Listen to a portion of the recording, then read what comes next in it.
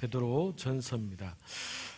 베드로 전서를 시작하면서 이 베드로 전서에 대한 배경을 간단하게 말씀드리고 1장을 보겠습니다.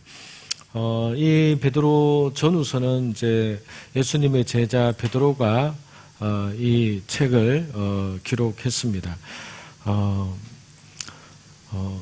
대충 기록 연대를 AD 63년인가 64년인가 이렇게 추정을 합니다. 그래서 AD 63년, 64년경에 이 편지를 쓰게 되었다라고 이야기를 합니다. 베드로는 그 이후에 이제 그 바울이 한 AD 66년경인가 67년 경에 로마에서 순교를 당하게 되고 바로 이어서 베드로도 로마에서 68년, 69년경에 순교 당했다고 이렇게 기록됩니다. 바울은 목배임을 당했던 거로 그렇게 역사적으로 기록이 그렇게 되어 있다 그러고, 베드로는 십자가에서 거꾸로 처형을 당하는 그러한 순교를 당했다고 합니다. 그렇다고 본다면은 이 베드로 전후서는 바울 자신이 순교 당하기 전에 한 3, 4년 전에 이 말씀을 기록한 것이라고 우리가 보게 됩니다. 본인이 죽기 전에, 그리고 본인이 베드로 후서에 보면 나오겠지만은 이제 내가 곧 주님 앞으로 가노니, 이런 구절이 이렇게 되어 있는 것이 있거든요. 그러니까 베드로는 본인이 이 땅에서 얼마 살지 않을 것이라는 것을 알았던 자입니다.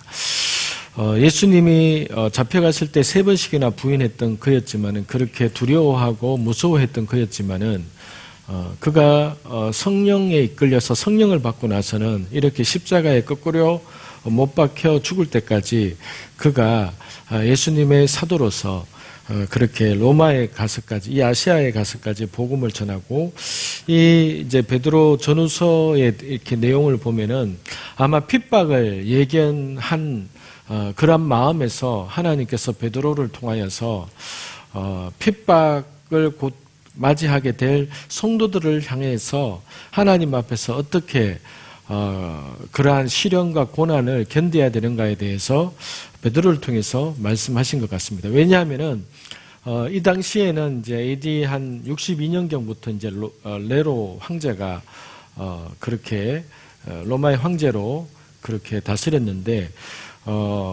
그 64년 여름경인가 해서 로마의 대화제가 있었죠.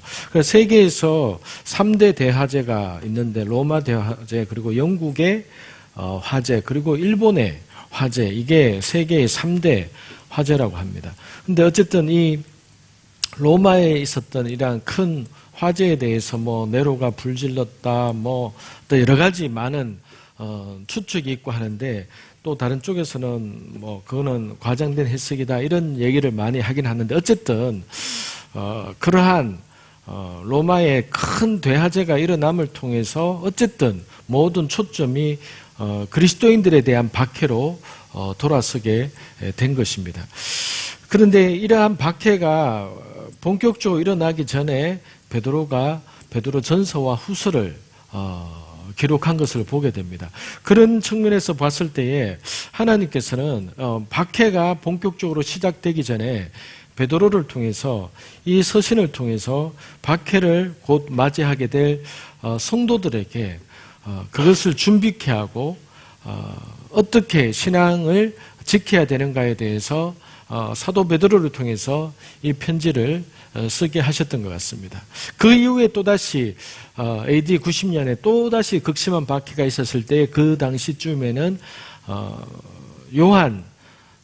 사도 요한을 통해서 또한 요한계시록을 기록하게 하셔서 말쓸 때에 끝까지 이기는 자가 되어야 된다, 이렇게 얘기를 하면서 믿음을 끝까지 지켜야 된다, 이런 측면으로서 말씀을 해주셨습니다.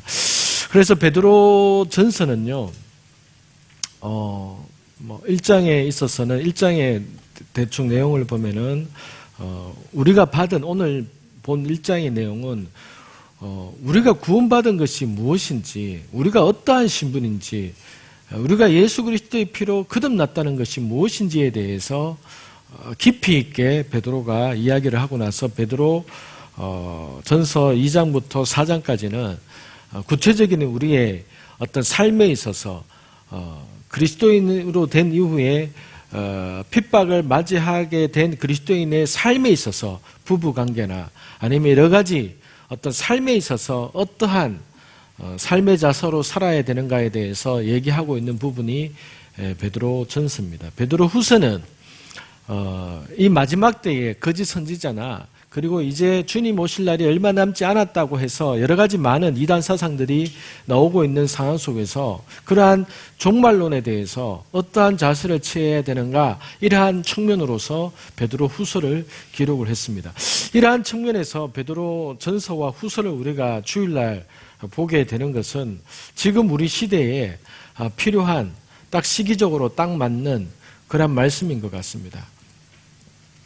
그렇게 해서 이 베드로 전후서를 택한 것은 아니지만은 우리가 토요일 날 월상 예배를 할 때에 우리가 베드로 전후서를 지난 8월 첫째 주 토요일 날인가 그때 이렇게 봤었는데 그걸 그때 베드로 전후서를 다 같이 읽고 나서 제가 고린도 전후서를 끝마치고 났을 때에 어떤 성경을 가지고 주일날 설교 나눴으면 좋겠냐고 사람들한테 물어봤을 때에 베드로 전후서를 했으면 좋겠다 이렇게 얘기를 해서 이렇게 보게 됐는데, 이 베드로 전후서가 어쨌든 핍박을 맞이한 성도들이 어떻게 살아가야 되는지에 대해서 말씀을 하고 있기 때문에 지금 우리 이 시대에 살고 있는 저와 여러분들에게 있어서, 이 땅에 있는 모든 그리스도인들에게 있어서 지금 시기적으로 딱 맞는 그러한 말씀이라고 생각이 듭니다. 1절부터 같이 보도록 하겠습니다. 예수 그리스도의 사도 베드로는 본도와 갈라디아와 갑바도기아와 아시아와 비두니아 지역에 흩어져 사는 나그네, 이렇게 이야기를 하고 있습니다.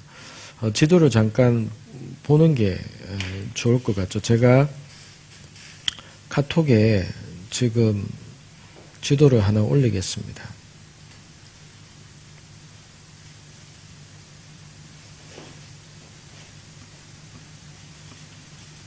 네, 이 지도가 여기에 보시면은 비두니아, 본도, 갈라디아, 갑바도기아, 아시아 이렇게 되어 있죠. 그래서 지금으로 말하면은 터키 지역을 이야기합니다. 터키 지역의 이 부분이 아시아라는 지역도 있죠. 여러분, 우리가 사는 이 아시아라는 이 명칭이 유래에 대해서 여러분 아십니까? 원래는 이 유래에 대해서 역사적으로 볼 때 이게 명확하게 나와 있지 않지만 어쨌든 이 당시에 아시아라는 것은 이 터키 지역의 땅 이름을 원래는 이제 아나톨리아라고 얘기하거든. 아나톨리아 반도. 아나톨리아 반도 안에 있는 어떤 한 지역을 이제 아시아라고 그렇게 불렀습니다. 그래서 근데 이 아시아가 점점 역사적인 배경과 상황에 따라서 그 당시에 살던 사람들이 그 명칭을 확장시켜 가면서 오늘날에 아시아라고 하면은 전 세계 땅덩어리의 한 60% 정도, 인구가 땅인지 모르겠지만 하여튼 60% 정도, 세계 5개 대륙 중에서 제일 큰 덩어리가 아시아가 된 겁니다. 그래서 우리가 현재 우리는 아시아라고 얘기를 하지만 옛날에는 이 아시아라는 지역이 좀 더 이렇게 좁은 지역에 있어서 이 터키 지역에 있는 요 지역을 아시아라고 불렀다고 합니다. 그런데 이 아시아 지역이 점점 확장되어져서 지금의 우리가 이 사는 지역을 또 동남아, 동북아 이렇게 포함해서 우리가 아시아라고 이렇게 부르게 되었지만 예전에는 이 아시아라는 지역이 훨씬 좁은 의미로서 아시아라고 불렀다고 합니다. 어쨌든 이 베드로가 아시아라고 표현할 때에 이 아시아라는 지역도 이 현재의 터키 안에 있는 지역인 겁니다. 그러므로 이 본도와 갈라디아와 갑바도기아와 아시아와 비두니아 지역에 흩어져 사는 나그네, 이렇게 베드로가 표현을 할 때에 베드로가 본인이 사역을 하고 본인이 갔던 지역에 대한 사람들에 대해서 명칭을 이렇게 부르고 있는 것으로 이해가 되는 겁니다. 그런데 여기에서 1절 마지막에 보면 흩어져 사는 나그네, 누구를 얘기하는 것 같습니까? 흩어져 사는 나그네, 이 터키 지방에서 흩어져 사는 나그네, 누구인 것 같습니까? 그래서 이 베드로 전후서의 대상이, 편지의 대상이 누구냐에 대한 얘기를 이렇게 할 수 있는데, 1차적으로는 유대인들입니다. 1차적으로는. 많은 분들이 베드로 전후서의 어떤 수신자가 일반 그리스도인들이라 이렇게 얘기하기도 하는데, 그러나 이 1절에 보면은 흩어져 사는 나그네, 여러분 이방인들을 향해서 흩어져라고 표현을 안 하거든요. 그러니까 흩어져, 이 말이 이렇게 디아스포라라는 의미입니다. 디아스포라. 디아스포라는 디아와 스포라와 합성어가 디아스포라거든요. 디아라는 뜻은 흩트리다, 흩어지게 하다라는 뜻이고, 스포라는 뿌리다라는 뜻입니다. 그래서 디아스포라는 흩어 뿌리는다는 의미로서 보통 파종할 때, 씨를 뿌릴 때, 농부가 씨앗을 이렇게 흩뿌리게 할 때 쓰는 그러한 용어인 것이죠. 그래서 흩어 뿌리는 거죠. 이스라엘이 BC 722년에 북쪽 이스라엘이 10개 지파가 멸망했을 때에 그 10개 지파가 아시리아에 의해서 전 세계에 흩어지게 되었죠. 바벨론은 민족 말살 정책을 택한 게 아니라 바벨론이라는 나라는 그 나라의 문화와 자치를 인정해주는 그런 나라였습니다.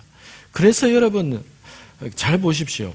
하나님은 북쪽 이스라엘을 망하게 하실 때에 아시리아를 통해서 망하게 하심을 통해서, 아시리아의 정책은 철저하게 짓밟아서 망하게 하고 결혼관계를 통해서 혼혈이 일어나게 하고, 그리고 그 망하게 한 그 나라 사람들을 다른 나라에 흩어지게 하고 다른 나라에 있던 사람을 그 나라에 와서 살게 하고, 이렇게 아시리아 제국은 민족 말살 정책을 폈습니다. 그런데 하나님께서 그렇게 하신 이유가 뭔가 하면은 신명기서에서부터도 하나님이 뭐라고 말씀하셨는가 하면은, 너희가 내 말을 듣고 지키면 복을 받겠지만은 그러나 이 언약을 어기고 언약을 깨는 자는 내가 전 세계로 너희를 흩어버리겠다라고 하나님께서 신명기서에서 모세를 통해서 이미 말씀하셨거든요. 그래서 이스라엘이 하나님 앞에서 우상 숭배를 하고 하나님 앞에서 책망받았을 때에 12개 지파 중에서 10개 지파를 하나님은 흩뿌리 방식으로 전 세계에 흩어버리셨습니다. 그래서 아시리아에 의해서 북이스라엘이 멸망당하게 된 것도 하나님의 심판이, 하나님의 큰 계획 안에서 하나님의 선하신 의도로 그렇게 된 것이죠. 왜요? 흩어져 있는 그 유대인들을 통해서 마지막 때에 하나님께서 이스라엘로 불러 모으실 때에 그들에게 전 세계에 흩어져 있는 그러한 유대인 사상과 유대인들에게 영향받은 그 사람들을 하나님께서 다시 불러 모은다는 의미로서 하나님의 백성을 전 세계에 흩뿌리기를, 씨앗을 흩어뿌리기를 한 겁니다. 파종을 한 겁니다. 그러니까 하나님의 이러한 심판 안에서도 하나님의 놀라운 구원 계획이 있는 겁니다. 단순하게 이스라엘 백성들을 심판하신 게 아니라 이스라엘 백성들을 전 세계에 이렇게 흩어뿌려 버리신 거예요. 그리고 흩어뿌려진 그 씨앗이 열매 맺고 땅에서 자라고 했을 때에 그들을 통해서 열매를 거두실 목적으로 흩어뿌리셨다는 거예요. 그래서 여러분, 한반도에도 유대인들이 들어온 흔적이 있는 거고, 이 땅에서도 신라 고분이라든가, 제가 목요일날 얘기를 했죠. 천만총 안에서도 페르시아의 양식이 있었던 거고, 이거는 뭐 학계에 아직까지 논란이 많은데 대구에 도마박물관이 있는 거 아십니까, 여러분? 대구에 도마박물관이 있습니다.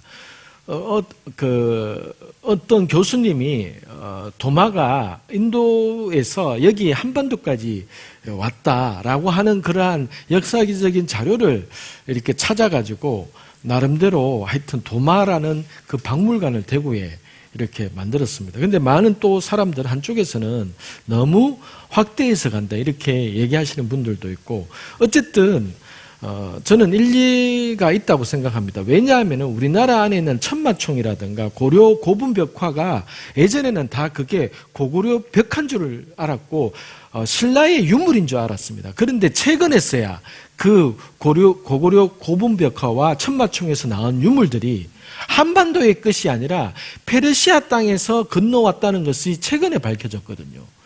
그러면은 하나님께서 이스라엘을 10개 지파를 전 세계에 흩어 뿌렸었다 했을 때에 그 유대인들이 한반도에까지 안 왔을 이유가 없는 것이죠. 어쨌든 이 10개 지파가 아시리아에 의해서 전 세계로 흩어진 반면에 하나님은 유다는요, 남쪽 유다는 BC 586년에 바벨론에 의해서 멸망당하게 하셨잖아요. 그런데 바벨론이라는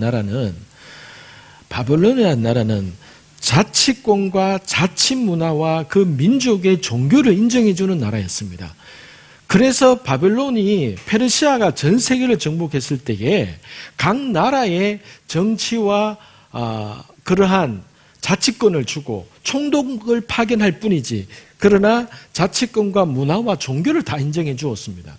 그래서 하나님이 유다를 바벨론에 의해서 멸망당하게 하신 이유는 그 유다 안에서 다시금 메시아가 오셔야 했고 이스라엘이 다시 고토 이스라엘 땅으로 다시 돌아가야 했기 때문에 하나님은 이스라엘을 책망하실 때에 바벨론에 의해서 무너지고 70년 동안 포로 생활하게 하신 그 목적이 다 그러한 이유에서 있게 하셨다는 것이죠.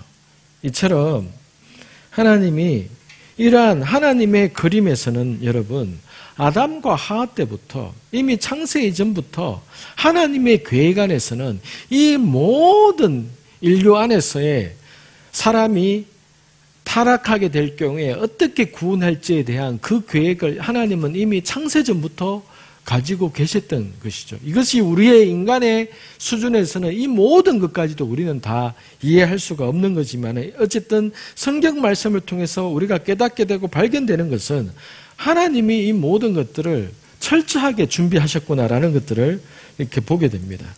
그래서 베드로는 이러한 터키 지역에 흩어져 사는 이 유대인들, 디아스포라 유대인들에 대해서 이 편지를 쓰고 있는 겁니다. 그래서 1차 수신자는 흩어져 사는 유대인입니다. 그러면은 베드로 전후서는 유대인만 대상으로 쓴 것이냐? 아니라 그것만이 아니라 1차 대선자는 흩어져 사는 유대인이고 2차 수신자는 그 땅 지역에서 이스라엘 외의 지역에서 살고 있는 그리스도인들, 이방 그리스도인들, 이것이 2차적인 수신자입니다. 여러분, 그래서 베드로의 관심이 이 오늘날로 말하면 터키 지역에 사는, 즉 그 아시아 지역에 살고 있는 유대인들에 대해서 베드로는 마음이 있었던 겁니다. 여러분, 바울은 어떻습니까? 바울은 이방인에 대해서 복음을 전하게 된 것이죠. 이것이 하나님께서 이 부름의 목적에 따라서 우리를 다 세우기를 원하신다는 것이죠. 바울이 회심하고 나서 3년 동안 아라비아 사막에서 지내고 나서 예루살렘에 올라왔을 때에 사도행전 17장에 나옵니다. 17장에 보면은 그 이스라엘에서 유대 땅에서 사역을 하려고 했죠. 그런데 하나님의 음성이 들려오죠. 바울아, 너는 여기서 떠나라 하니까 바울이 하나님, 이 사람들도 내가 예전에 그 자기를 핍박한 줄 압니다. 그러니까 괜찮습니다. 내가 여기서 나도 이제 사역을 해볼게요. 이렇게 했을 때에 하나님의 음성이 너는 이것을 떠나라. 네가 여기서 사역을 해도 이들이 네 말을 듣지 않을 것이다. 너는 이 유대를 떠나 내가 지시할 땅으로 가거라. 이렇게 말씀하셨던 것이죠. 전에도 얘기 나누었지만 여러분, 사람의 어떤 오늘날의 어떤 목회자의 신학적으로 또는 경험적으로 보면은 바울은 가말리엘 문화에서 그렇게 열심히 특심이었던 자가 예수 그리스도를 믿는 자를 핍박하는 자였다가 기적으로 예수 그리스도를 믿게 된 자였으면은 우리가 볼 때에 12명의 사도가 봤을 때는 이 사람은 예전에 완전히 유대주의자, 율법주의자였기 때문에, 그런데 이 사람이 이제 예수님을 믿었으니까 이 사람을 통해서 많은 율법학자들, 많은 전통 유대인들을 전도하기 딱 좋겠구나 하면서 막 하나님의 뜻이 놀랍다. 우리가 그렇게 생각하지 않겠습니까? 그러면서 예루살렘 교회는 바울의 회심한 소식을 딱 듣고 나서 바울 당신은 이제부터 이 예루살렘에 머물러서 유대인들에게 전도하시오. 당신의 간증이 너무나도 은혜로울 것 같소. 이렇게 얘기하겠지만은 하나님의 생각은 우리의 생각과 너무나도 다르다는 것이죠.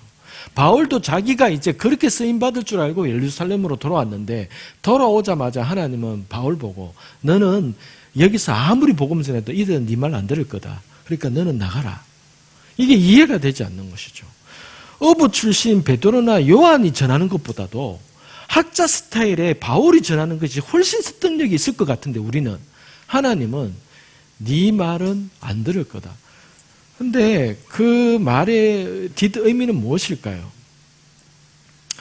복음 전하는 것은 사람의 지혜와 사람의 배운 것으로서 되는 것이 아니라 차라리 너보다는 배운 것이 부족하고 율법에 대해서 너보다는 잘 모르는 베드로나 요한을 통해서 성령의 능력과 기적과 표적을 통해서 예수 그리스도가 증거되는 것이 나의 뜻이다.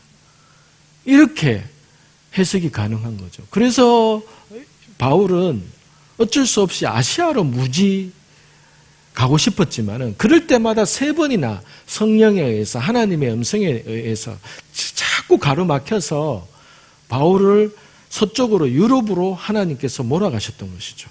그래서 우리가 흔히 생각할 때에 복음은 서쪽으로 계속 복음을 전하게 하셨구나 이렇게 이제 이해를 하고 있는 것이죠. 그런데 하나님은 아시아의 지역에 대해서 복음 전거는 누구에게 맡기셨나? 베드로, 도마 이런 사람한테 맡겼다는 거예요. 베드로, 도마 이런 사람한테. 그리고 별로 도마는 성경도 쓴 것도 없고 한데 오늘날의 관점으로 보면은 하나님의 나라에 제일 충실한 사람이 누구냐 하면은 도마인 거잖아요. 인도까지 갔고 만약에 한반도까지 온 것이 맞다면은 도마는 정말로 순종하고자 하는 마음으로 한반도까지 온 거예요.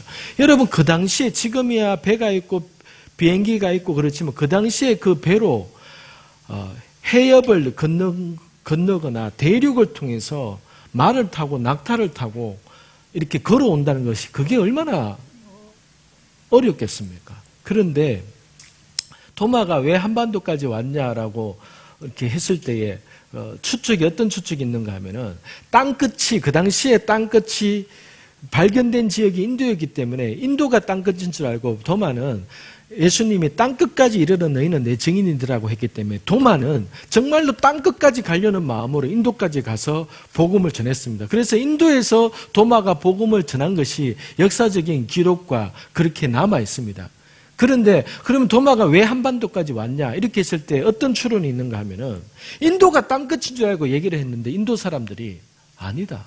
우리는 신라와 교역하고 있다. 그렇게 저 동부 쪽에 나라들이 있다. 그 도마가 자기는 인도가 땅끝인 줄 알았는데 뭐라고 또 저까지 또 가야 된다고. 그러면서 한반도까지 건너왔다는 그러한 카드라 그러한 설이 있는 겁니다. 어쨌든 하나님은 아시아 지역에 대해서는 이렇게 바울 보고는 유럽으로 가게 했지만은 이 아시아 지역에는 베드로와 도마나 이런 제자들을 통해서 아시아 지역의 복음 전파를 맡기셨던 것이죠. 그래서 여러분 하나님의 부르심에는 목적과 뜻이 있고 정확하게 그러한 삶으로 살아가는 것이 아버지의 뜻을 이루는 것이고, 그 당시에는 이해되지 않는다 할지라도 지나가 보면은 그 모든 것이 하나님의 너무나도 완벽한 하나님의 계획이었구나. 그래서 여러분, 그래서 저희가 이곳에서 계속해서 선포되는 게, 우리 각자는 하나님 앞에 서야 될 모습이 있다. 우리 각자는 이 땅에서 살아가야 될 어떠한 형태의 삶이 있습니다. 이것이 그냥 막연하게 하는 얘기 아니라 성경에서 말하고 있는, 에베소서에서 말하고 있는 이게 하나님의 진리이고 계시입니다. 그렇기 때문에 에베소서 1장 17절과 19절에 있는 그 기도대로 하나님 지혜와 계시의 영을 저에게 부어주시사 하나님을 더 깊이 알아가게 해주셔서 나를 향한 하나님의 부르심의 소망과 계획이 무엇인지 저로 하여금 깨닫게 해주시고, 제 안에서 하나님께서 계획하신 그 놀라운 풍성하신 뜻과 그 놀라운 하나님의 계획이 어떠한 것인지 저로 하여금 보게 해주십시오. 이렇게 기도하라고 바울이 에베소서 1장 17절과 19절에 있는 말씀을 이야기하고 있는 것이죠. 그래서 이 구절을 가지고 예전에 릭 워렌 목사님이 목적이 이끄는 삶이라는 책을 통해서 전 세계의 베스트셀러가 된 것이죠. 그 책에서도 뭐라고 얘기하는가 하면은 우리가 도달해야 될 목적이 있는 것이다.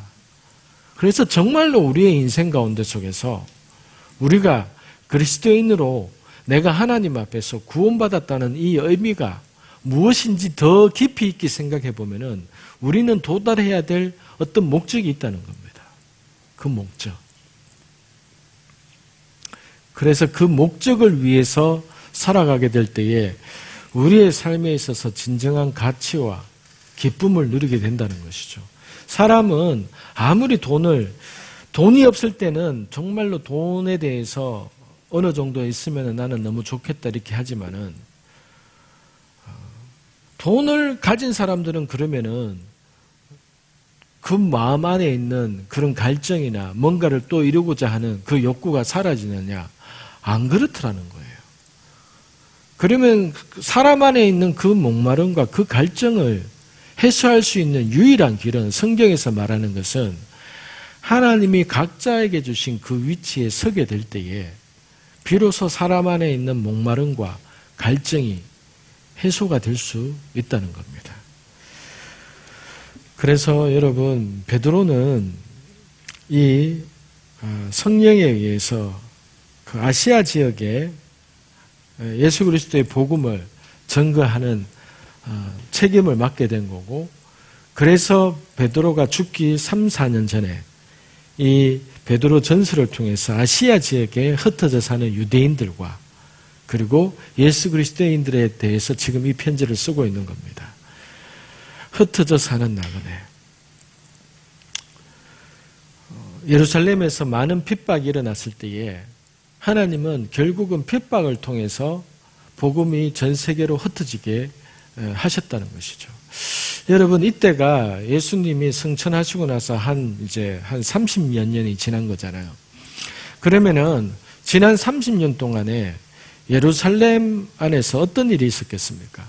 예수 그리스도를 믿는다는 것이 그냥 평안하게 믿는 것이 아니라는 것을 우리에게 말해주는 겁니다.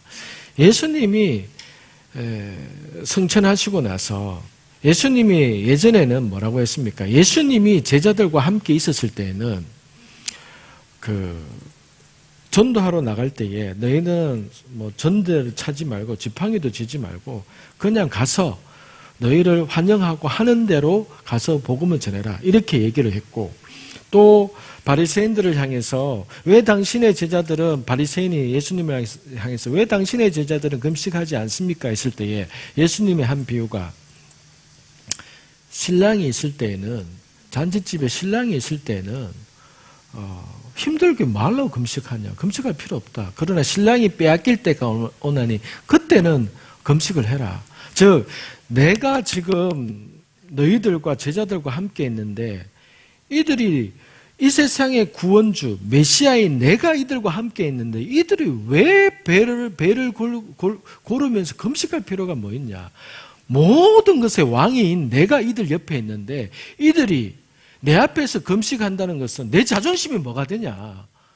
모든 것을 만족해주는 내가 여기 있는데 이들을 왜 울면서 금식해야 되냐? 그럴 필요가 없다. 내가 모든 것을 채워주는데. 그러나 내가 없을 때는 이들은 금식하고 울며 그렇게 해야 될 것이다. 그리고 예수님이 떠나시기 전에, 십자가에 달리시기 전에 내가 전에는 너희들 보고 복음을 전할 때 신도 준비하지 말고 뭐 이렇게 했지만 이제부터는 너희가 준비할 것을 쥐고 몽둥이를 가지고 그렇게 하라. 이렇게 말씀하셨죠. 여러분, 예수님께서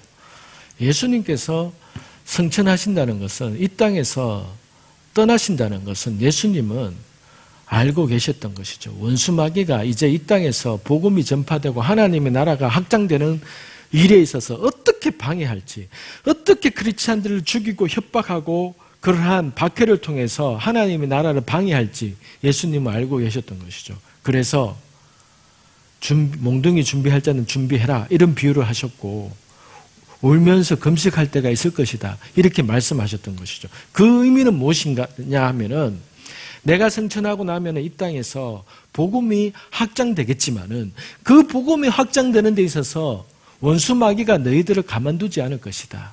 그러나 하늘에서는 너희의 상이 크니 내 이름으로 인해서 핍박당하고 죽음을 당하는 너희들은 기뻐하고 감사해라.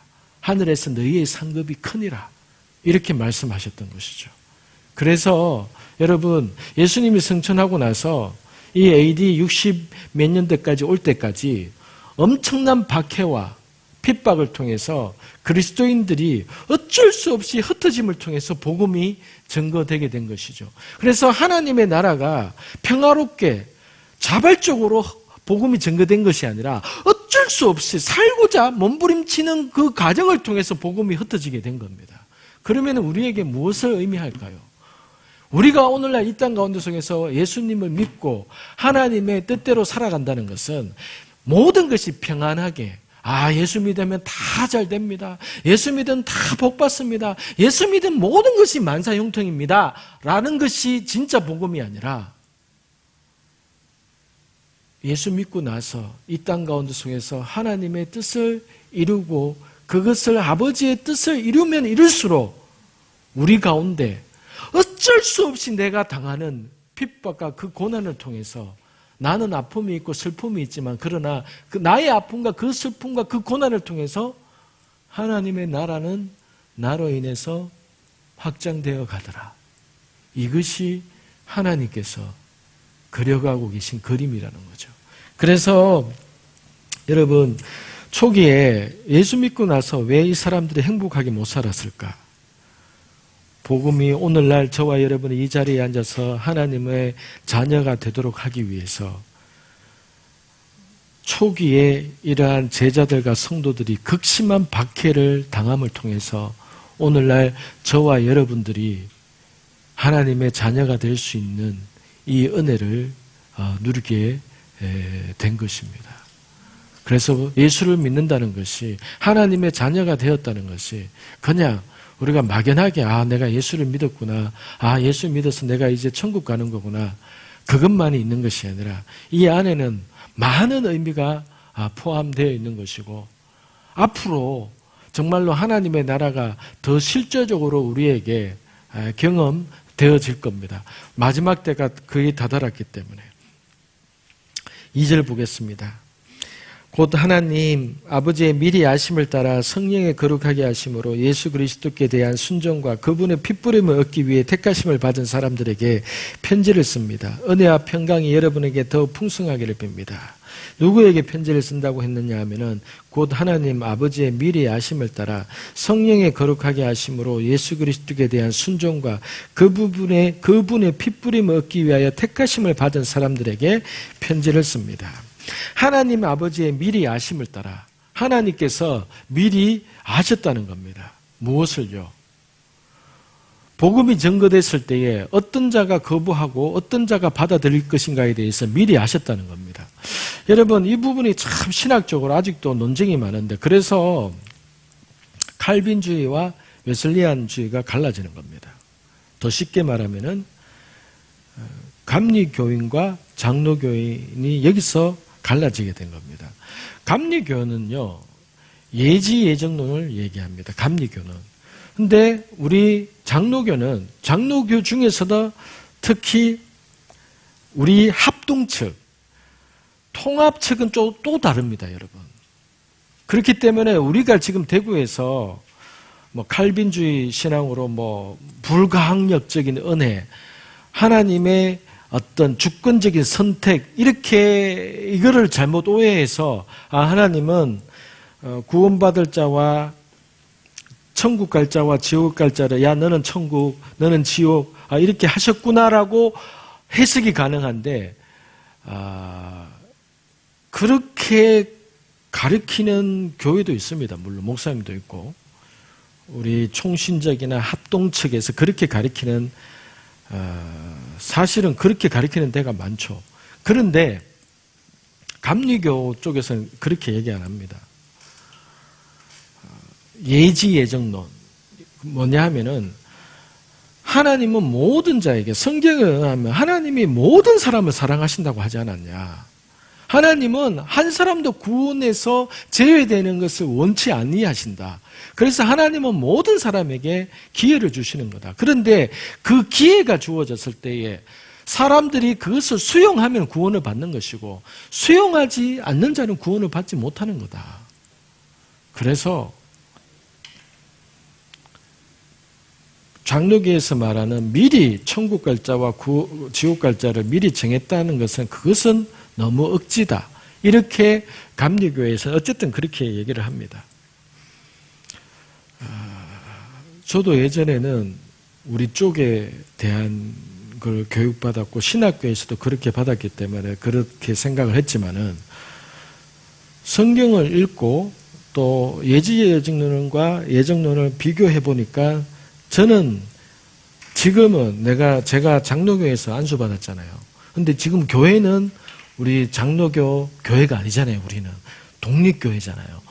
그래서 우리는 침례가 아니라 세례도, 그러니까 세례가 아니라 침례를 줬잖아요.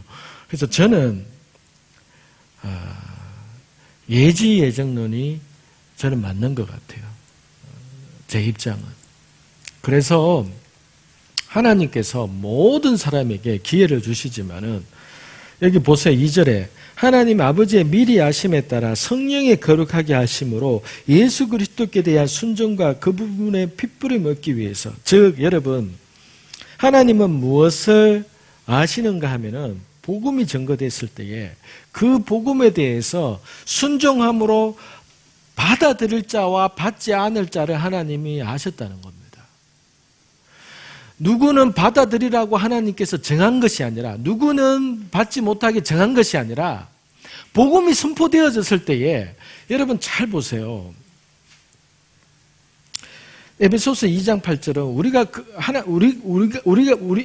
우리가 구원받은 것이 우리의 행함이나 우리의 어떤 선행이 아니라 하나님의 은혜로 인하여서 믿음으로 말미암아 구원을 얻었나니 이렇게 얘기를 하잖아요. 그렇게 얘기했을 때에 그 믿음이라는 것도 그러면 모든 것이 어떤 하나님이 정해서 내가 예수님을 나의 구주로 믿겠습니다. 이 감정과 이 결단까지도 하나님께서 그렇게 정했기 때문에 그렇게 하는 것이냐? 아니면은 하나님께서 우리에게 복음을 들을 수 있는 기회를 주시고 성령의 감동을 주셨지만은 그 성령의 감동 앞에 내 의지와 내 마음이 결단을 해서 받아들이기로 내가 작정할 것이냐 말 것이냐에 대해서는 하나님께서 우리에게 선택을 주신 것이냐. 저는 후자라고 생각을 하는 겁니다.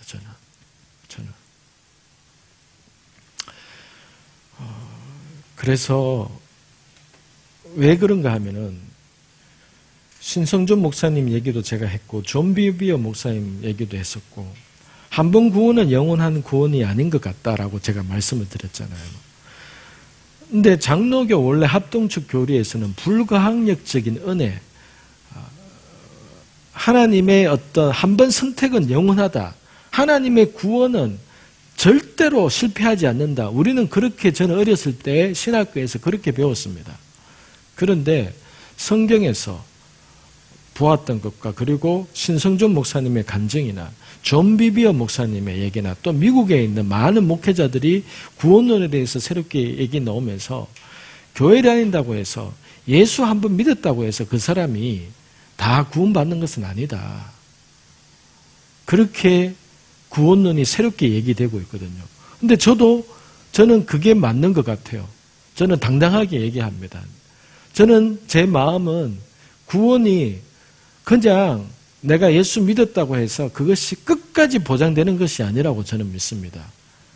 내가 거부하면은 끝까지 계속해서 죄를 지으면서 내가 거부하면은 그 사람은 구원을 잃을 수 있다고 저는 보는 겁니다.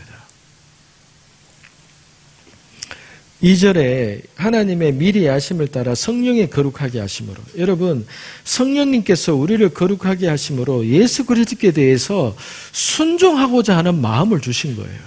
예수님을 받아들이고 믿고자 하는, 내가 예수님을 믿어야겠다 하는 그 마음을 주신다는 거예요. 그런데 이 마음도 성령님께서 그렇게 하신다는 거예요. 그런데 성령이 아무리 그렇게 하신다 할지라도 어떤 사람은 여기에 대해서 거부하는 자는 어쩔 수가 없다는 거예요. 지금도 마찬가지잖아요. 우리가 예수 믿고 나서 성령이 우리 안에 오셨지만 성령님이 나로 하여금 막 무조건 죄 안 짓게 합니까? 아닙니다. 아닙니다. 우리는 예수 믿어도 우리는 죄를 지어요. 예수 믿기 전과 그럼 예수 믿고 나서 후에 뭐가 다르냐? 죄책감이 더 클 뿐인 겁니다. 예수 믿기 전에는 뭐 다 그러니까 그렇지만 성령이 들어오고 나서는 우리 안에서 감동을 주고 마음을 아프게 하는 그 강도가 더 커진 거예요.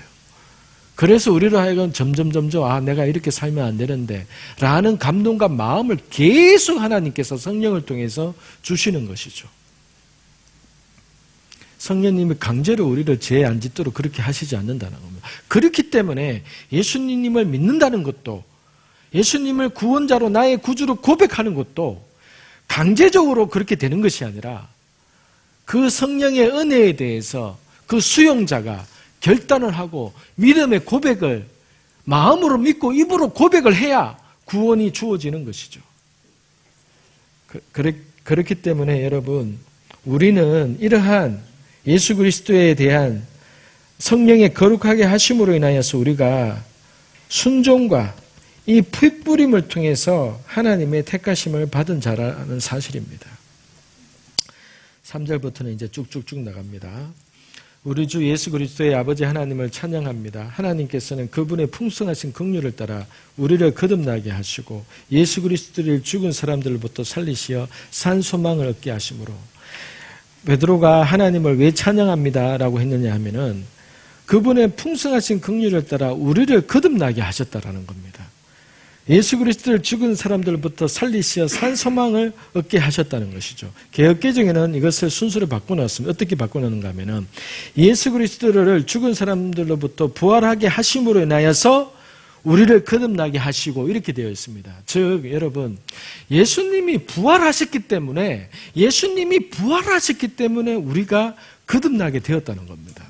예수님이 부활하시지 않았다면은 우리는 우리 안에서 하나님을 믿게 되고 하나님을 알게 되는, 새롭게 태어나는 이러한 거듭남은 불가능했다라는 사실이죠. 우리가 그러므로 여러분, 사람이 생각이 바뀌고 가치관이 바뀔 수 있는 이유는, 우리가 지금 이렇게 변화된 이유는 예수님이 부활하시기 때문에, 예수님이 철저하게 인간으로서 십자가에 못 박히 돌아가셨는데, 여러분 보세요. 예수님이 철저하게 인간으로서 십자가에 못 박혀 돌아가셨는데 그 인간이 죽으셨는데 3일 만에 부활하셨어요. 왜요? 죄가 없는 인간이었기 때문에, 죽음이 통용이 안 되기 때문에. 그러면 왜 죽었냐? 죄 있는 인간을 대신해서 죽었기 때문에. 그러나 실제로는 죄가 없기 때문에 그분이 다시 살아났다는 거예요. 그러면 그분의 죽음은 뭐냐? 우리의 죄로 인한 죽음이었다. 그분의 살아나심은 뭐냐? 그분이 죄가 없기 때문에 살아나셨다. 즉 무엇을 말하는 겁니까? 사람은요, 죄가 없으면 안 죽는다는 거예요. 사람은. 사람은. 자, 그러면 여러분 잘 보세요. 이거는 여기서부터는 제가 그냥 깨닫게 된 건데, 여러분 잘 보세요. 예수님으로 인해서 우리의 죄는 사해졌습니다. 그래서 하나님께서 우리에게 영원한 생명을 약속하셨죠. 우리의 1차적인 죽음 이후에. 그런데 예수님의 십자가의 죽음이 우리의 이 육신에서의 그 죄에 대한 죽음도 해당한다고 했기 때문에 만약에 우리가 철저하게 우리가 죄를 지을 때마다 나는 예수님의 피로 인해서 내가 죽었음을 나는 선포합니다. 나는 죽은 자입니다. 나는 더 이상 죄 지을 수 없는 자입니다. 내가 죄 지은 것에 대해서 예수님의 피로 인해서 나는 용서를 받았습니다. 아버지께 회개합니다. 이렇게 우리가 예수 믿고 나서 이 땅에서 짓는 죄에 대해서 철저하게 회개한다면은 사람이 더 오래 살 수 있지 않을까요?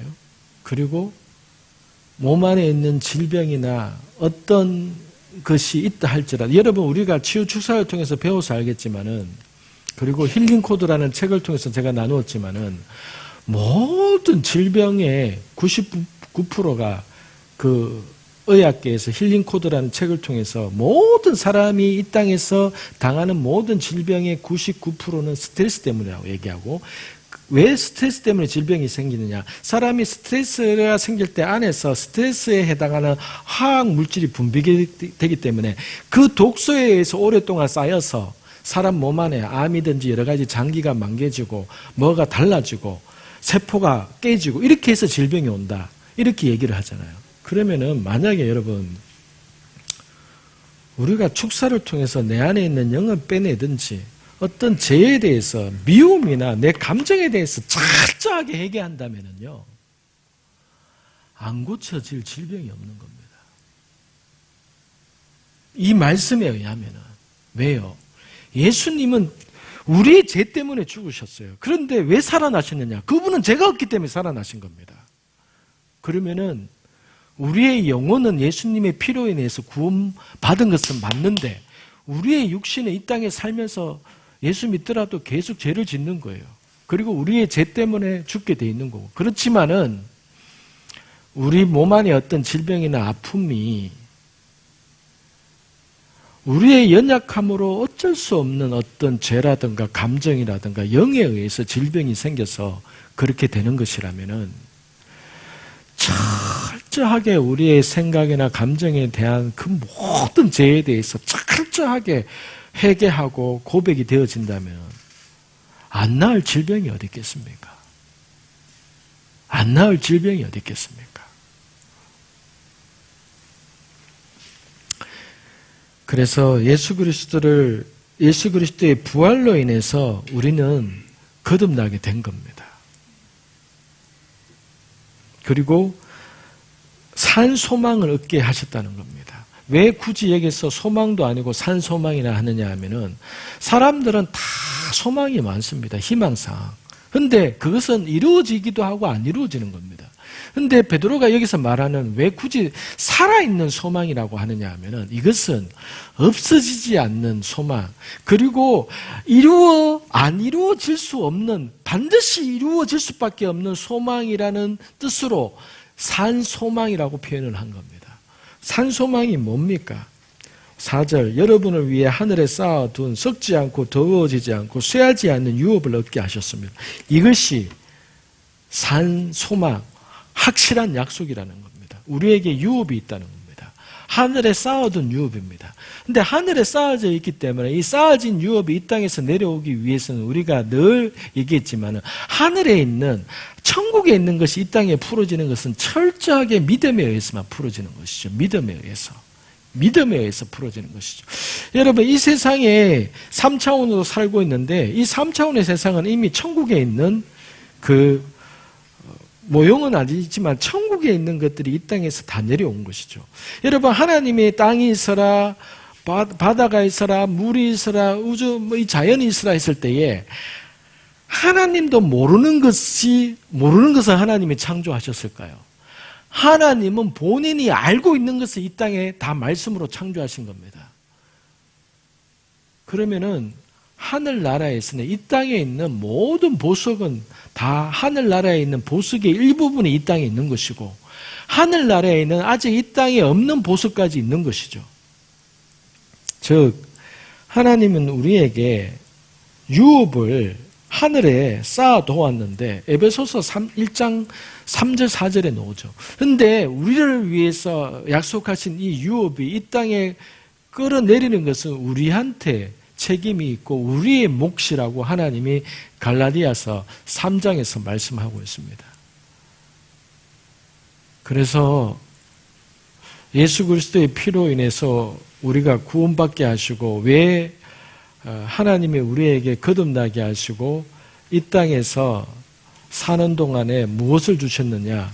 하늘에 있는 유업을 끌어내릴 수 있는 그 권세와 특권을 주셨다는 거예요. 그런데 철저하게 이것은 믿음으로만 된다는 겁니다. 믿음으로만. 그렇기 때문에 예수를 알되 깊이 알아야 되는 거고, 신앙생활을 어중간하게 하면은요, 예수 믿는 삶이 진짜 괴롭고 힘든 겁니다.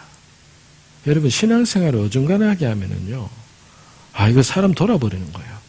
안 믿을 수도 없고, 믿을 수도 없고,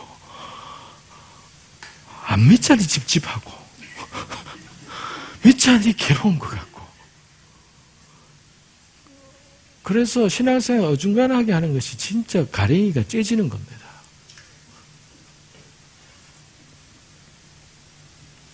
알되 이왕 알기로 했으면 깊이 알아가 버리면요, 그냥 이론으로만 그치는 것이 아니라 이게 실제 생활에서 경험이 되어지는 것이기 때문에, 하나님의 진리는요, 진리는 뭡니까?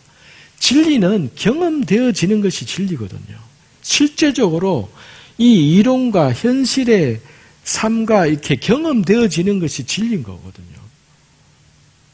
그러면은 이 하나님의 말씀은 이론이 아니라 진리이기 때문에 예수를 제대로 믿기로 결단하고 제대로 믿기로 달려들면은 이게 경험이 되어지는 겁니다. 경험이.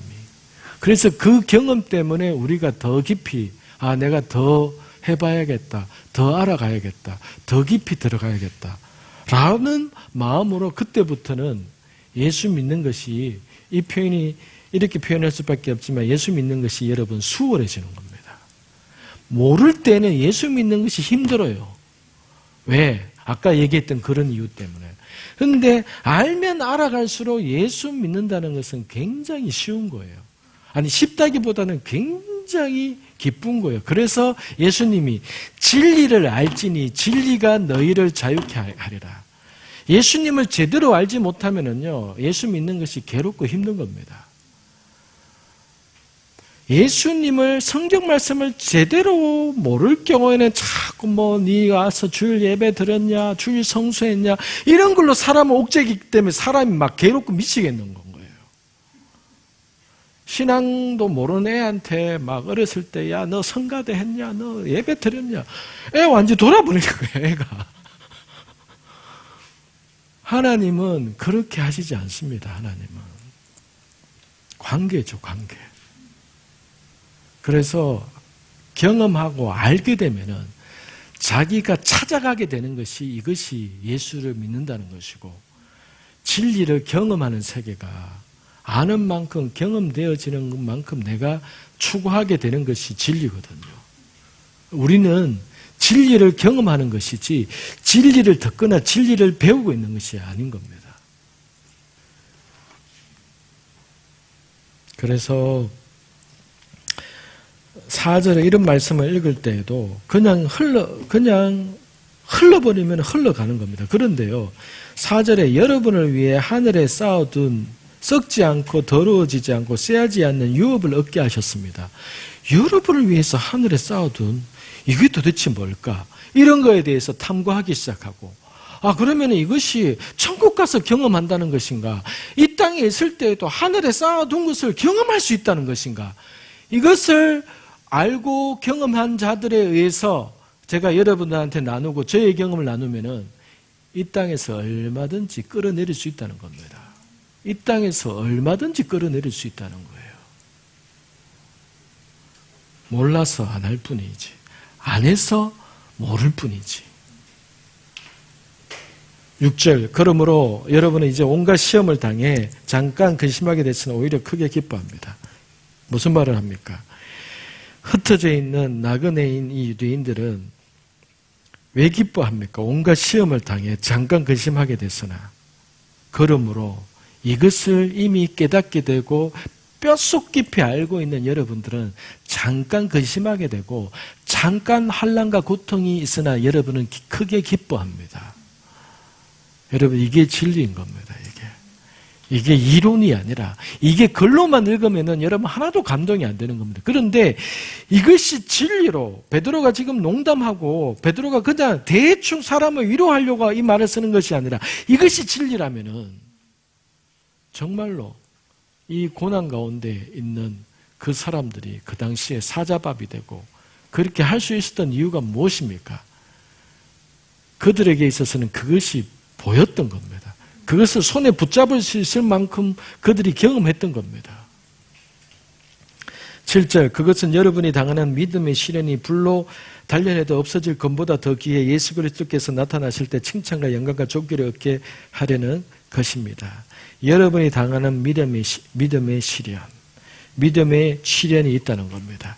이들은 이미 당하고 있었습니다. 이미 당했습니다. 그런데 그 믿음의 시련이 불로 단련해도 없어질 금보다 더 기해. 여러분, 금도 더 높은 온도로 이렇게 하면 금도 없어진다고 합니다. 그런데 그 없어질 금보다도 더 귀한 것이 뭐냐 하면은 믿음의 시련이라는 겁니다. 미련의 시련, 믿음의 시련. 그러면 왜 이 믿음의 시련을 그치게 하느냐? 예수 그리스도께서 나타나실 때 칭찬과 영광과 존귀를 얻게 하려는 것입니다. 여러분, 예수님께서 오십니다. 예수님이 거짓말했겠습니까? 내가 다시 오겠다고 하고 말씀하셨잖아요. 예수님이 오십니다, 여러분. 그런데 예수님이 오셨을 때에 어떤 사람은 부끄러움을 당할 겁니다. 어떤 사람은 쭈삣쭈삣 그 앞에 서기를 망설일 겁니다. 왜요? 갑자기 그러한 두려움과 서먹서먹함이 와서. 왜? 예수님에 대해서 잘 모르는 거예요. 그런데 이러한 믿음의 시련을 통해서 주님과 친밀함을 누린 자는 그 주님이 나타나셨을 때 빨리 주님 앞에 달려나가고 싶은 겁니다. 베트남에 있었을 때에 한국에 들어올 때에 이 얘기만 하고 빨리 넘어가겠습니다. 한국에 들어올 때에 하나님께서 저희 마음에 주신 마음이, 이 얘기는 오늘 처음 얘기하는 것 같은데 아는 사람은 이제 알죠. 하나님께서 저희에게 주셨던 마음이 주님을 만날 준비를 하게 해라. 주님을 만날 준비를 하게 해라. 그 마음을 주셨습니다.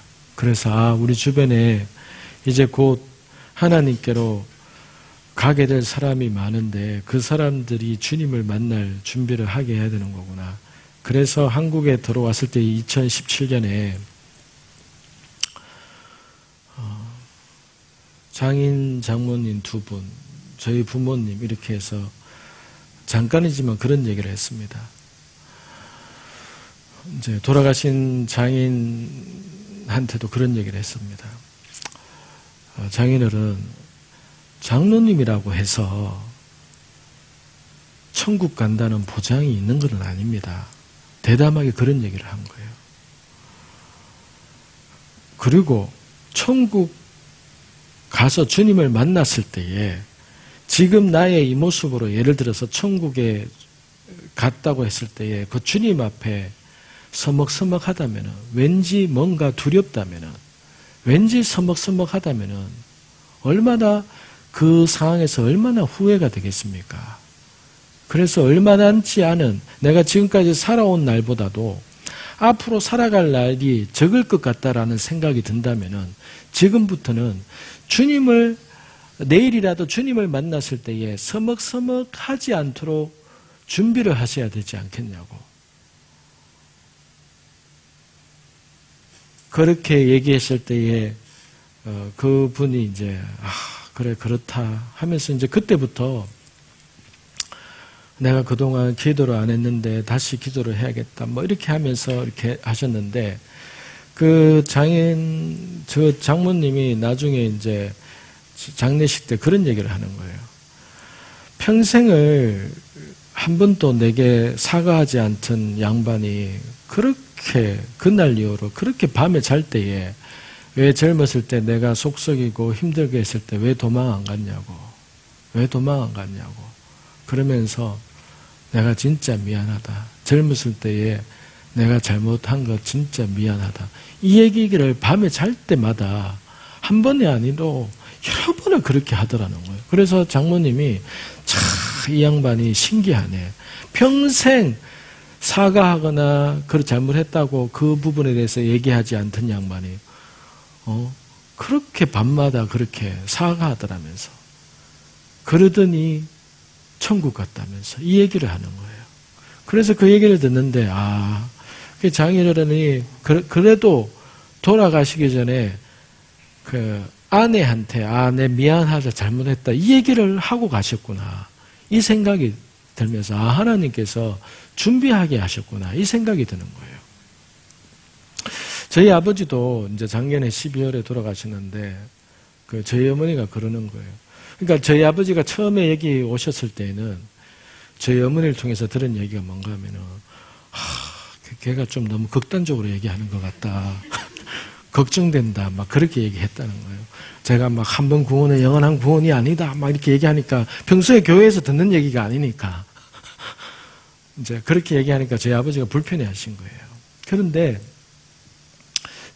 그렇게 그때 염증 오고 또 염증 하시다가 작년 6월부터는 한 번도 빠짐없이 목요일하고 주일날 한 번도 빠짐없이 오시는 거예요. 그런데 작년 어느 틈인가 보니까 뒤에서 그렇게 많이 우시는 거예요. 제가 앞에서 이렇게 나누고 있을 때 마지막에 기도합시다 하는데 저희 아버지가 그렇게 우시는 거예요. 저는 저희 아버지 우시는 모습 잘 못 봤거든요. 더구나 이렇게 이 예배 때에.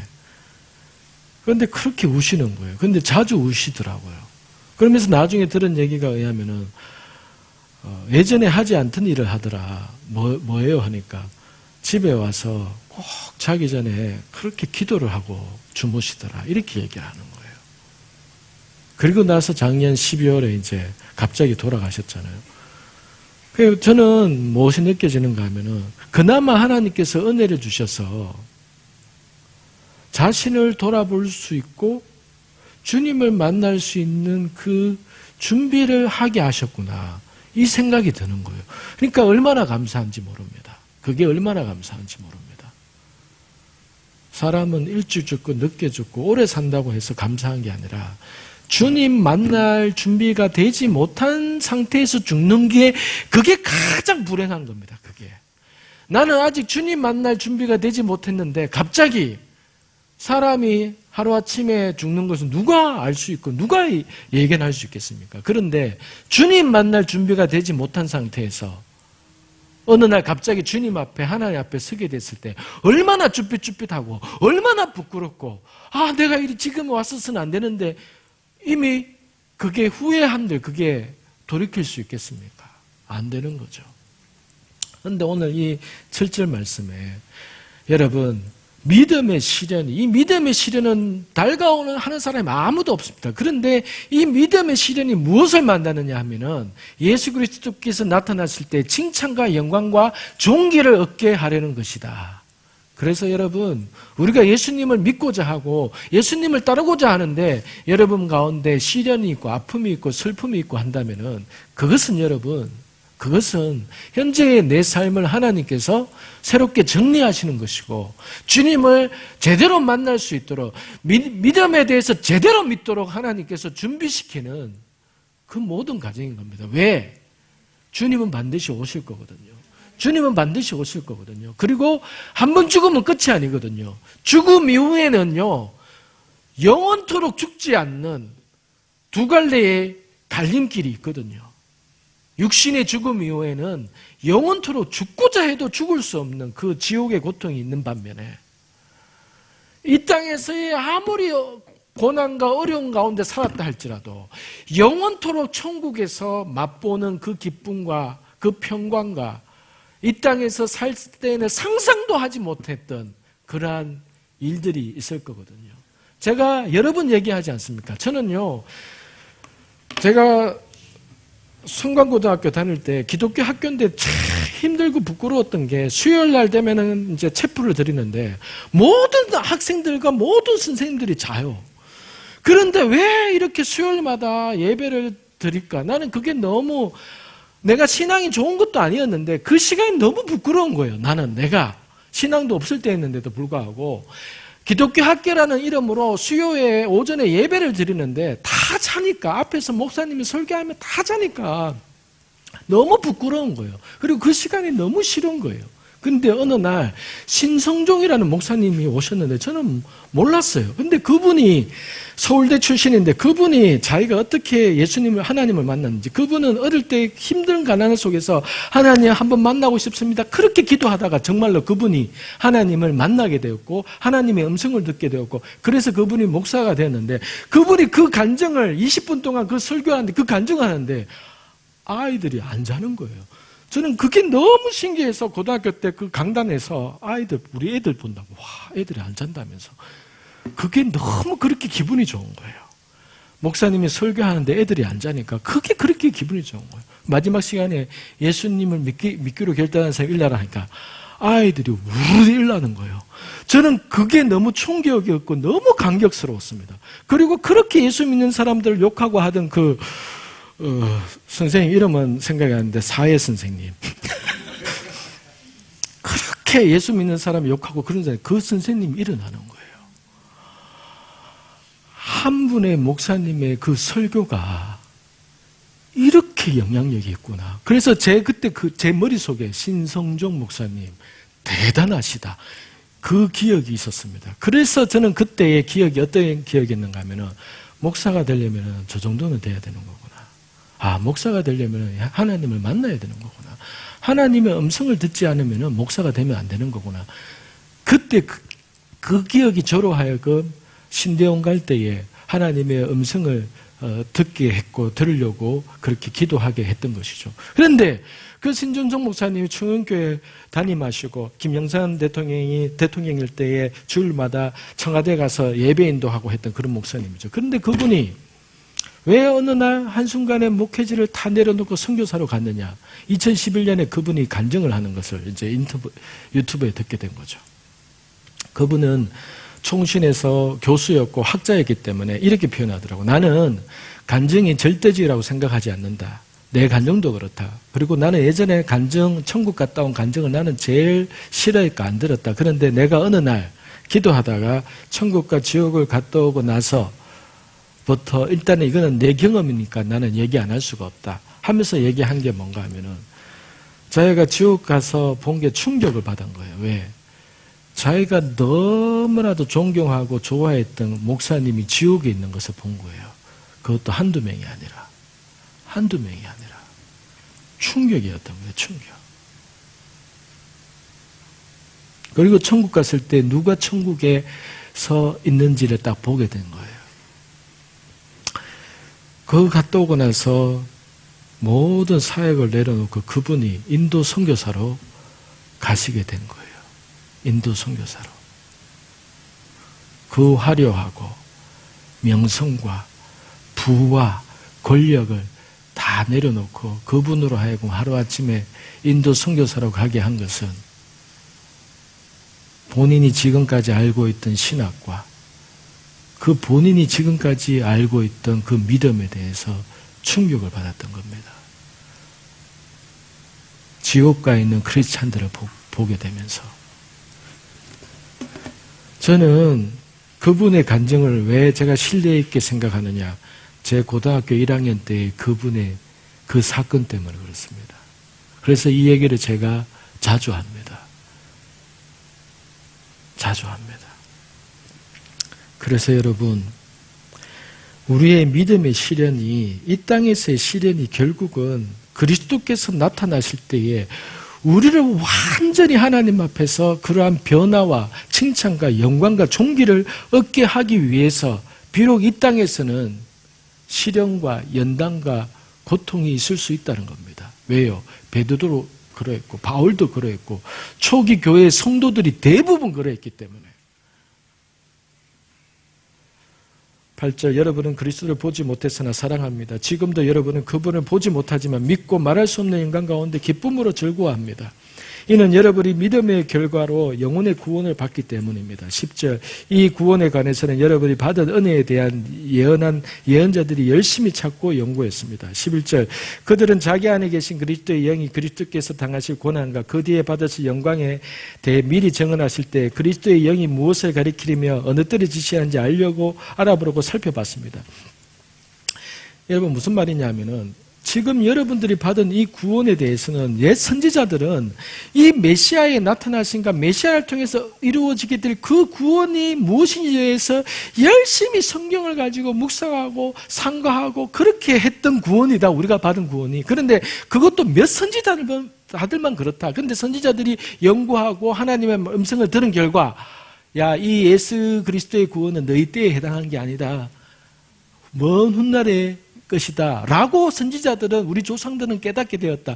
그런데 그렇게 선지자들이 알기를 원하고 보기를 원했던 그 구원이 지금 나와 여러분이 듣게 되고 받게 된 이 복음이 바로 그거다 이렇게 얘기를 하고 있는 것이죠. 12절 예언자들이 섬긴 이 일은 자기들을 위한 것이 아니라 여러분을 위한 것임이 그들에게 계시됐습니다. 이제 이 일은 하늘에서 보내신 성령 안에서 복음을 전하는 사람들로 인해 여러분에게 전파된 것이며 천사들도 살펴보기를 간절히 바라는 것입니다. 여러분 천사들도요 구원의 과정, 구원의 이 예수 그리스도가 언제 오실지 천사들도 모르는 거예요. 그래서 천사들도 하나님의 일을 수정들고 성도들을 수정되지만은 천사들도 순종할 뿐이지 이것이 어떻게 돌아가는지 천사들도 너무 궁금했던 복음이 오늘날 너희들에게 주어졌다, 너희들에게 알려졌다 이 얘기를 하고 있는 겁니다.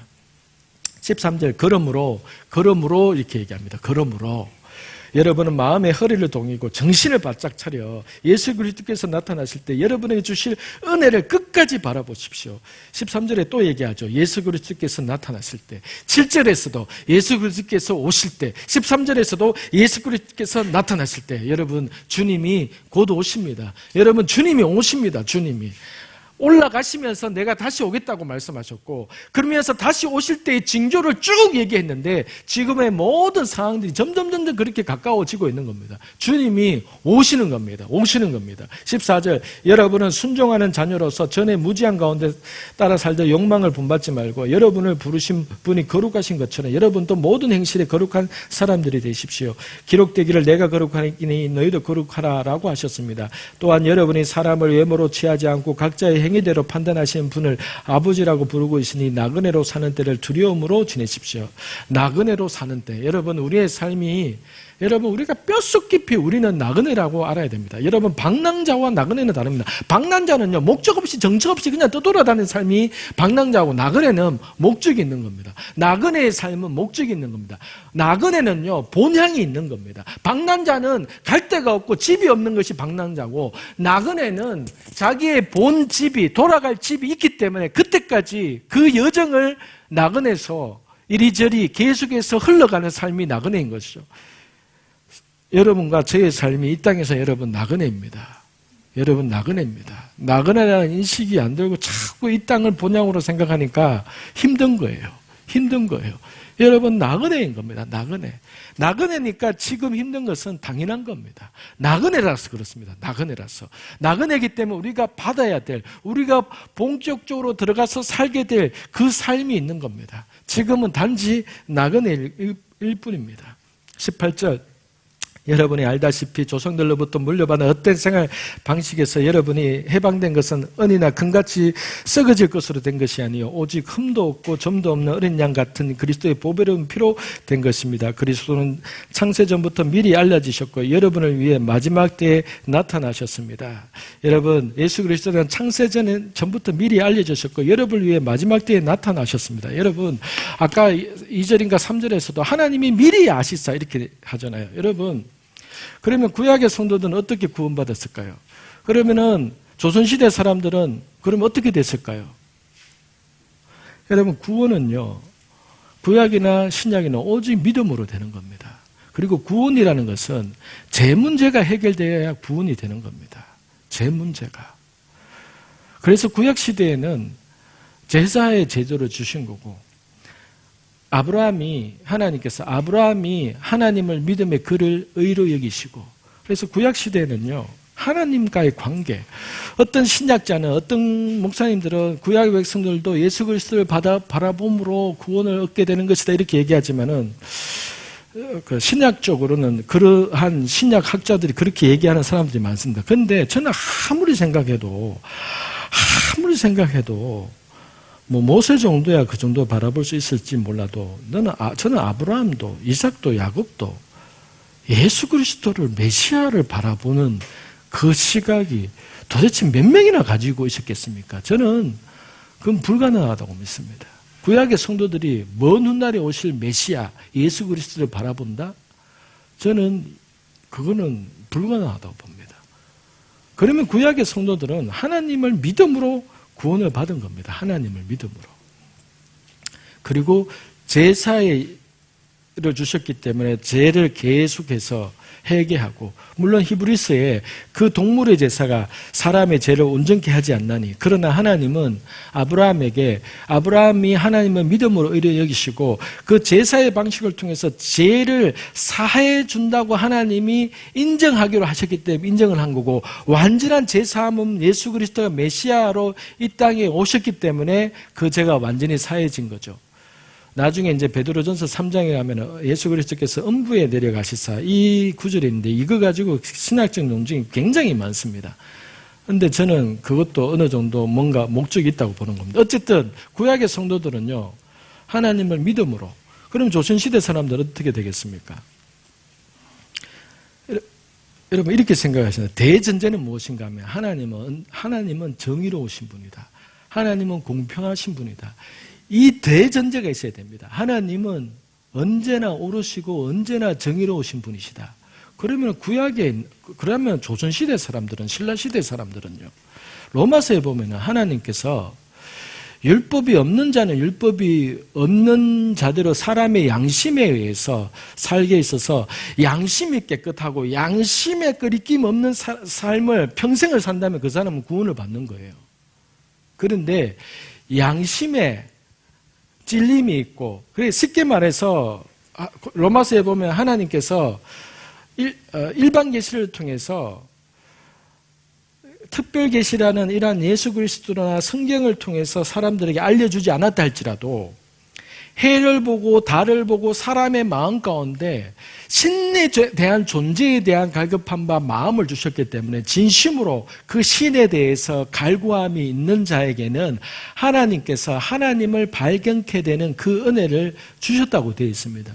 그렇기 때문에 그럼 조선시대 사람들은 어떠냐? 그거는 그들 안에 정말로 신에 대한 갈구함이 있다든가 신에 대한 정말로 목마름이 있다면은 그 목마름으로 인해서 귀신이나 우상숭배로 빠지지 않고 정말로 신에 대한 목마름과 갈급함이 있다면은, 그리고 그 양심 가운데 그러한 마음이 있다면은 하나님께서 그 사람에게도 그렇게 구원할 수 있는 은혜를 주셨다라고 생각을 할 수밖에 없는 거예요. 왜 이렇게 생각을 할 수밖에 없느냐?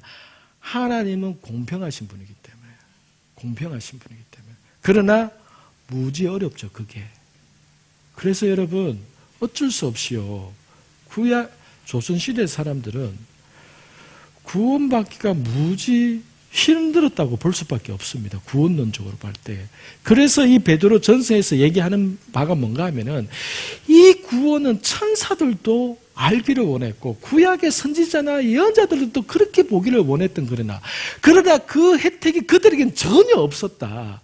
이 혜택이 누구한테 있느냐? 오늘 여러분한테 있는 것이다. 이 얘기를 하고 있는 겁니다. 그러므로 여러분, 하나님은 어쨌든 조선시대 사람이나 신라시대 사람이나 하나님은 공평하게 혜택을 주셨다고 우리는 믿을 수밖에 없어요. 왜? 이 근거는 하나님은 정의롭고 공평하신 분이기 때문에. 그리고 로마서에 있는 말씀을 근거로 해서 그렇다고 본다면 오늘 우리가 받은 이 구원이라든가 복음의 메시지라든가 이것은요, 엄청난 혜택이라는 거예요. 지금 이 시대에 살아가고 있는 자들에게 주어진 이 복음의 혜택과 이 받은 구원이 엄청난 거라는 거예요. 그래 무슨 말이냐? 반대로 무슨 말이냐? 이 복음의 이 구원에 대한 메시지가 확실해지고 분명해졌음에도 불구하고 이 구원의 메시지를 오늘날 거부했던 사람들에 대한 심판은요, 그만큼 혹독하다는 거예요. 그만큼. 그래서 20절에 그리스도는 창세전에 미리 알려지셨고 여러분을 위해 마지막 때에 나타나셨습니다. 우리를 위해 이 땅에 마지막 때에 나타나셨다는 겁니다. 여러분은 그리스도로 인해 하나님을 믿는 사람들입니다. 하나님은 그리스도를 죽은 사람들 가운데 속에서 살리시고 그분에게 영광을 주셨습니다. 그러므로 여러분의 믿음과 소망은 하나님께 있습니다. 여러분은 진리에 순종함으로 여러분의 영혼을 깨끗하게 해 거짓 없이 형제를 사랑하기에 이르렀으니 청결한 마음으로 서로 깊이 사랑하십시오. 여러분이 거듭난 것은 썩어질 씨로 된 것이 아니라 썩지 않을 씨로 된 것이니 곧 하나님의 살아있고 항상 있는 말씀으로 된 것입니다. 하나님의 말씀으로 인해서 저와 여러분이 거듭난 것입니다. 24절 그러므로 모든 육체는 풀과 같고 모두의 영광은 풀의 꽃과 같도다. 풀은 시들고 꽃은 떨어지나 주의 말씀은 영원토록 있도다라고 했습니다. 이것이 바로 여러분에게 전파된 말씀입니다. 여러분 베드로가 이 베드로 1장을 통해서 도대체 우리가 받은 구원이 무엇이냐, 우리가 받은 믿음이 무엇이냐, 우리가 받은 거듭남이 무엇이냐에 대해서 베드로가 심도 있게 이야기를 하고 있는 겁니다. 그래서 이 시간에 같이 기도할 때 여러분, 우리가 받은 이 구원, 우리가 받은 이 믿음이 이게 아무것도 아닌 것이 아니라 구약의 사람들이나 조선시대 사람들은 아까도 얘기했다시피 여러분, 하나님의 은혜와 하나님의 공평에 의해서 기회는 주어졌지만은 그들에게 있어서는 복음을 받기가, 구원받기가 그렇게 우리가 생각할 때는, 제가 생각할 때는 쉬운 게 아니었습니다. 근데 여러분, 오늘 우리에게 주어진 이 구원의 메시지나 십자가의 복음은 너무나도 말씀을 통해서, 기록된 글을 통해서, 성경 말씀을 통해서 우리에게 확연하게, 확실하게, 너무나도 누구에게나 쉽게 구원을 받을 수 있는 이 은혜를 주셨다는 겁니다. 그런데 이 은혜가 큰 만큼 사탄의 방해와 핍박이 컸기 때문에 베드로가 이제 너희들에게 있을 이 시련과 이 고난에 대해서 우리가 받은 것이 너무 크기 때문에 받은 것을 기억하고 다가올 핍박과 고난에 대해서는 참고 견뎌라. 왜? 예수께서 오실 때에 너희가 큰 상급과 큰 인정을 받기 위함이다. 이렇게 말씀하고 있습니다. 여러분, 오늘 이 말씀을 통해서 우리가 받은 이 은혜, 구원이 아무것도 아닌 것 같지만 말씀을 상고해 볼 때에 믿음의 시련이라든가 이런 모든 것들이 우리에게 필요한 것입니다. 그래서 저와 여러분의 삶에 있어서 이 땅에서, 이곳에서 어떤 어려움이나 어떤 시련이나 이 모든 것들이 주님 오실 때에 우리를 더 온전케 하고 우리를 더 깨끗게 하기 위한 사실을 기억하고 베드로가 이야기했습니다. 너희들은 기뻐해라. 이렇게 얘기하고 있습니다. 그러므로 잠깐 고난을 받을 수밖에 없는 너희들이여, 너희들은 기뻐해라, 감사해라, 이렇게 얘기하고 있습니다. 이 시간에 같이 이 베드로 서신의 베드로의 이 권면을 따라서 우리가 하나님 앞에 우리가 받은 구원에 대해서, 은혜에 대해서 감격하고 감사하고 하나님 앞에, 하나님 저에게 이 구원의 은혜를, 이 메시지의 은혜를 들을 수 있는 이 은혜를 주셔서 감사합니다. 하나님께서 저에게 주신 이 구원의 삶을, 아버지의 뜻을 끝까지 이루어 가기를 원합니다. 하나님께서 저를 온전하게, 주께서 계획하신 대로 아버지 저를 이끌어 주시옵소서. 함께 기도하겠습니다. 하나님 아버지, 주님